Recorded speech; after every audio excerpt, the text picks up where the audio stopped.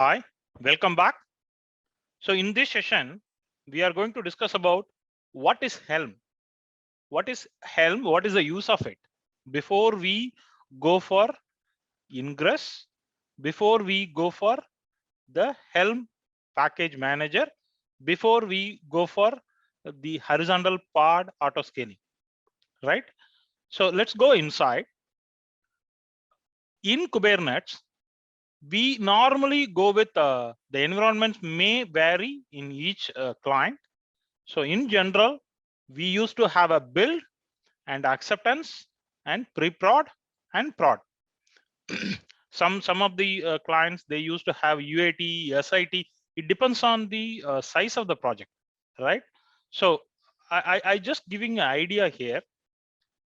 Okay, so how we want to have deployments, like whenever we go each stage, right? So we need to have some packaged without any dependency issue or some kind of a process we need to deploy, right? So in this, sometimes in each environment, we will end up with a lot of dependencies and a lot of other parameters. Of course, our deployments will fail, right? And what kind of a challenge we used to face? So in Kubernetes, in general, we used to write a lot of YAML files, manifest, right? So each YAML file you are basically creating for the particular scenario. Rather, most of the time, whenever you go to any projects, not only Kubernetes, you create a reusable components. So if you are creating some YAML file, if you are creating some script, make sure this script, whatever parameter in the particular script, can be reused. So how you will achieve the scenario? Whenever you create a script, you create without any hard coding values with variables, right? So you, whenever you want to implement, you pass this value to here, and also you can create a different roles. In Ansible also, we used to call as roles. Whenever we need, we just need to call the roles. The same funda here. So you create a chart. Chart means what do you need? So whenever you want to apply, you call the particular charts. Even in the Helm chart, you can apply the deprecated. So if you are thinking some of the dependencies you really don't require for particular scenario or particular environment, right? So let's go inside. So we are creating with, so just forget about the Helm chart. Without Helm chart, each and every environment overriding the values, it's not so easy, right? So we will always end up with dual efforts. And of course, the manifest are going to keep on repeated. Apart from the particular environment values, rest everything will be same, right? So Kubernetes package manager, what is Helm actually? Kubernetes package manager. If I want to deploy something, if you want to deploy something, right? So you first segregate what are the services we need. We need the pod, we need the service expose, and we need to map it to ingress, because my application is web application tagged to the domain name, and we need the how we can deployment. So right, so each and every YAML file till now, most of the previous classes, we used to create one single YAML file, right? So in that YAML file, we used to mention the container name, container image, and the port number, and services, deployments, everything we will put it in one YAML file. Here we are splitting it out. So, and while splitting it out also, we are making sure we are not hard coding any values, right? So after this session, we are going to see in hands-on, you will understand very clearly. But before going to the hands-on, you need to understand little bit the concept, right? When installing a chart, it will create a release. That is a major portion in Helm, right? So let us go further. So the Helm provide a straightforward templates, and automatically this template will help you to understand what kind of environment, what is the need in straightforward.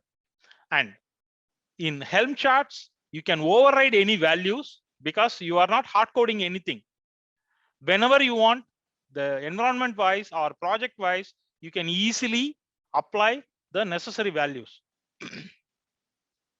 And you can reuse particular component. If you want to reuse, you can very well call the component.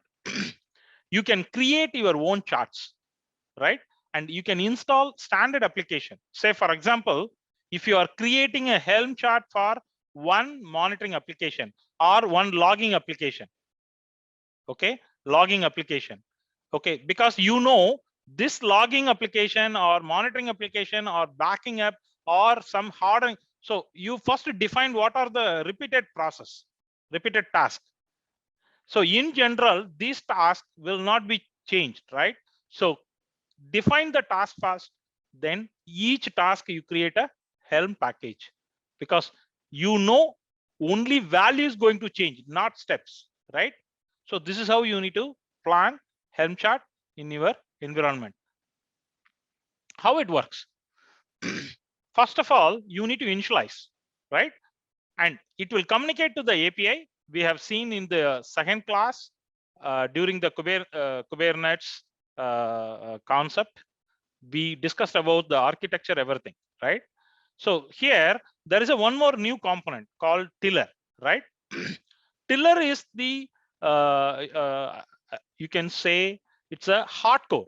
It's a server portion of Helm, which will understand the Helm commands inside your Kubernetes cluster, right? You can run locally also, and you can configure mainly to talk to your Kubernetes cluster. Basically, whenever you initiate any Helm command, the Tiller will act as a important role here to feed to the API server to communicate what necessary task has to be executed. And Helm upgrade, you can even go for the upgrade and charts. So this is how you need to understand the structure. Say, for example, if one Helm package, you are about to create a package, so you need to make sure the similar folder structure. So in latest one, there is a charts directory also.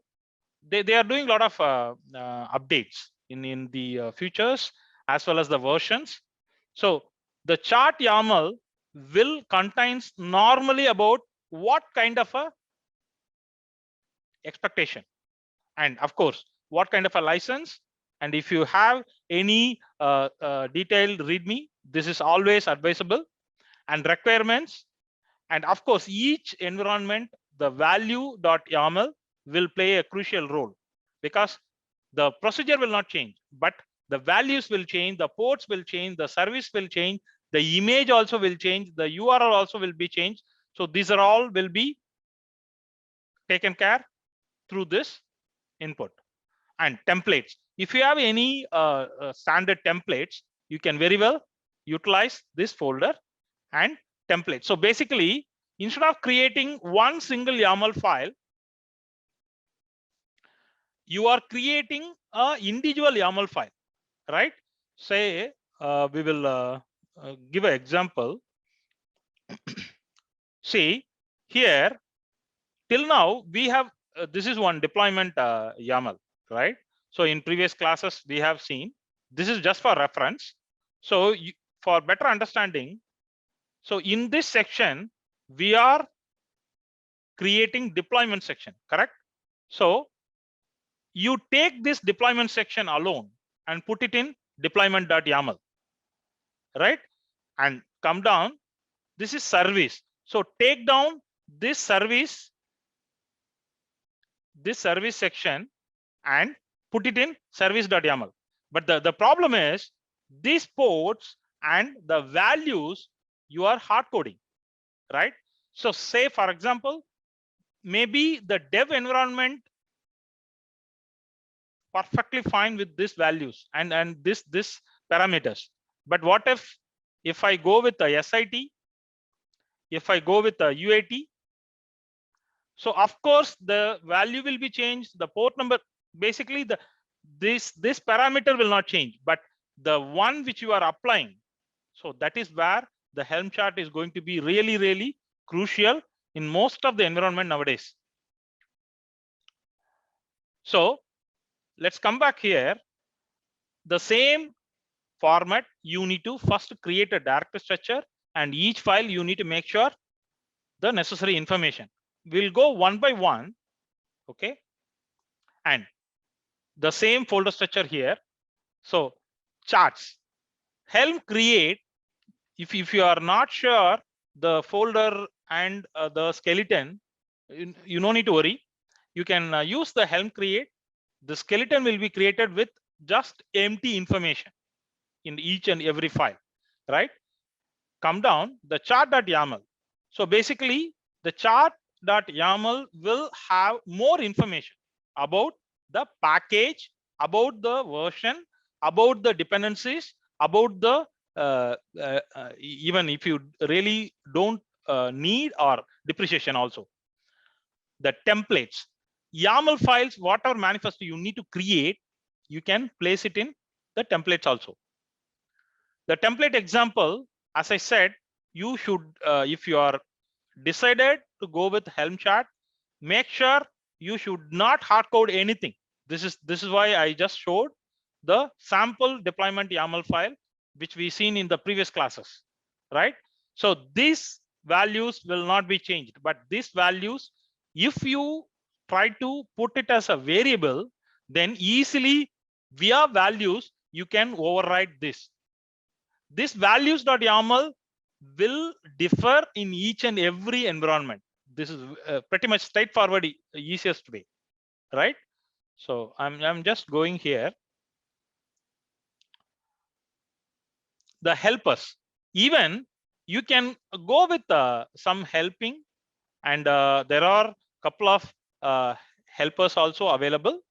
You can even convention with .tpl, right? So the template, sometimes you may need to introduce with some chart of the helping, so which will ease your package, right? So we will see a couple of use cases slowly in a hands-on. And values, so whatever you created here and here, right? So the values will be passed from here. So you need to make sure these values are correct for the particular environment which we are going to push it. Let's go here and chart.yaml. So you need to understand the chart.yaml. These are the common parameters. So what is the API version? What is the name? What is the version?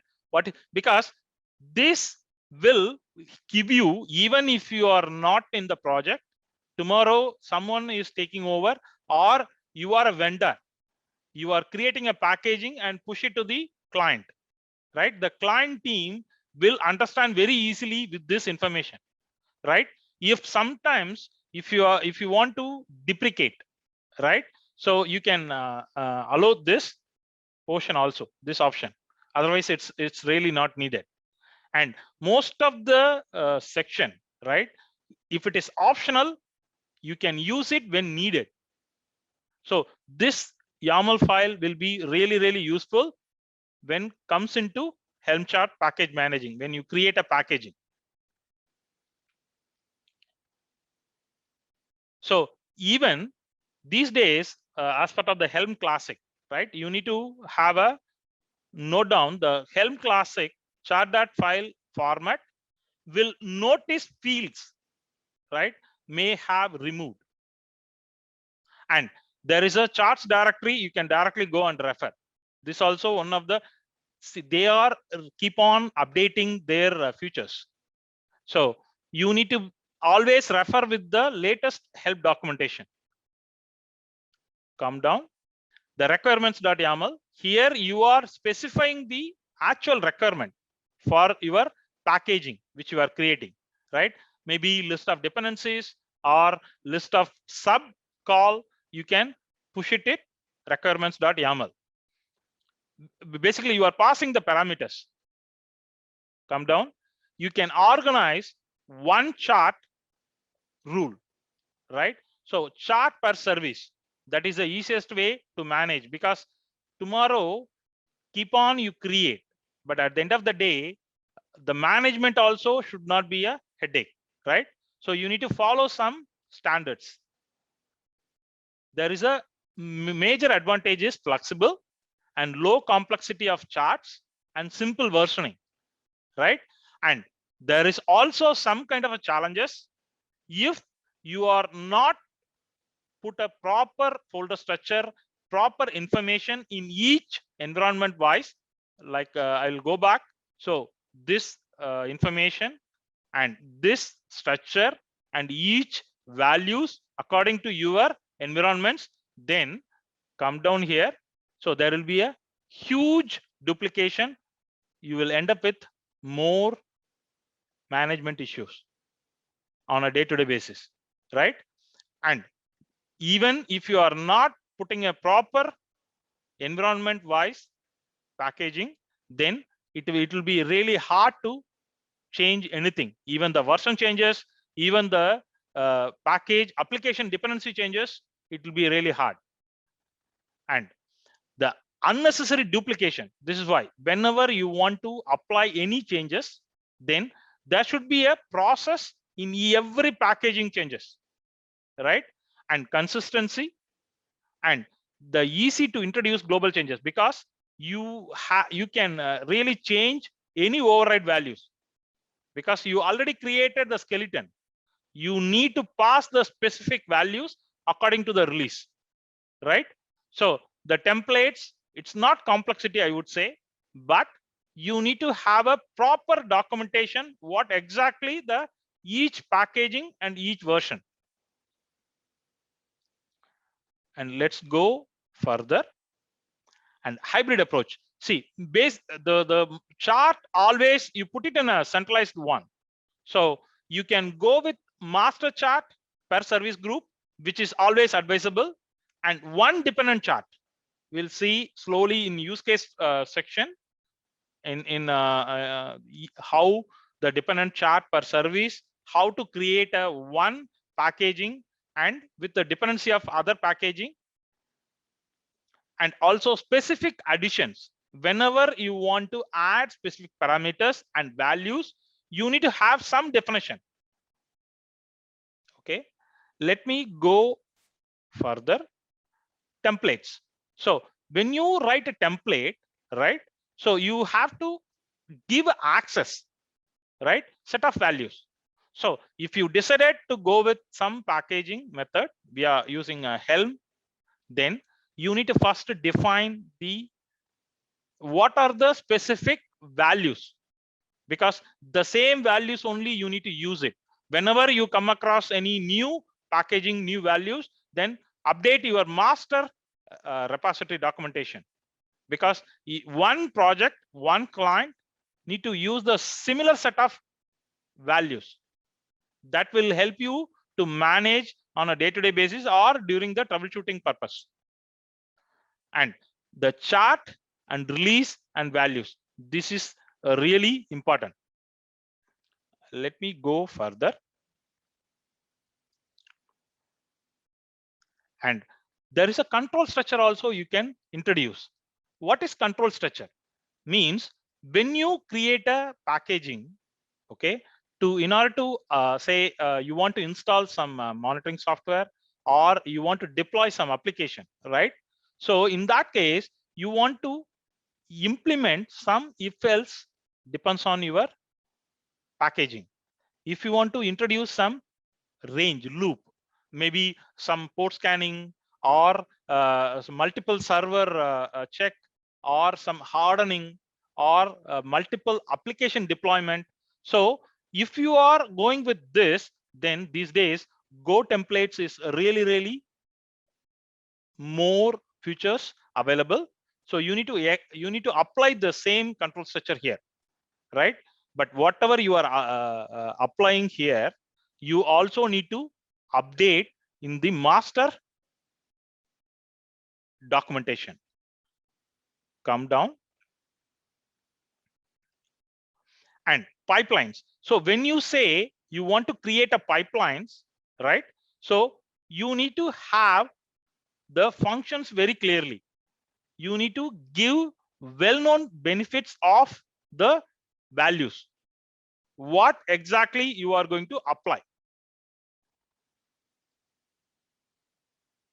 And the checking the results, the Helm limit, this command will also check your chart and provide, is there any syntax or indent, and warning also will be thrown in your screen. And Helm template also, it will help you to render your templates. Okay, even there is no tiller dependency. And there is a, as I said, there is a Kube val. So this feature will validate the manifest, right? So in case if there is any issue, it will help you to understand at some point. The Kube test also, it will help you to write automatic test to check the available or created manifest which you created. Just now we've seen, right? Previously there is a folder structure and you have to split up the manifest with the individual YAML file. You can very well check those manifest, and even tests, or you can write, and lightweight Python also you can go for it. And there is a, as I said in the values.yaml, right? The main objective is, as long as you are going with a variable, right? So anytime you can override the values if you want, even in the same environment. As part of the new feature or new release, you want to change the values. That could be anything, right? It will be easy. That is why nowadays most of the clients started using the Helm packaging. Whenever they want to deploy something, first package it. And the another similar continuation is, you can override them individually or the whole list. Anything is possible. Okay, stay tuned. We will see Helm chart hands-on. Then we will move on to ingress, because when we do ingress, you need to understand little bit on Helm chart, right? We'll also go with some kind of a use cases in Helm with hands-on, so that you will be really clear how to create a packaging. When you want to create a package, then what all and what is the steps you need to follow, and what is the prerequisites you need to aware. Stay tuned. Thanks for everyone.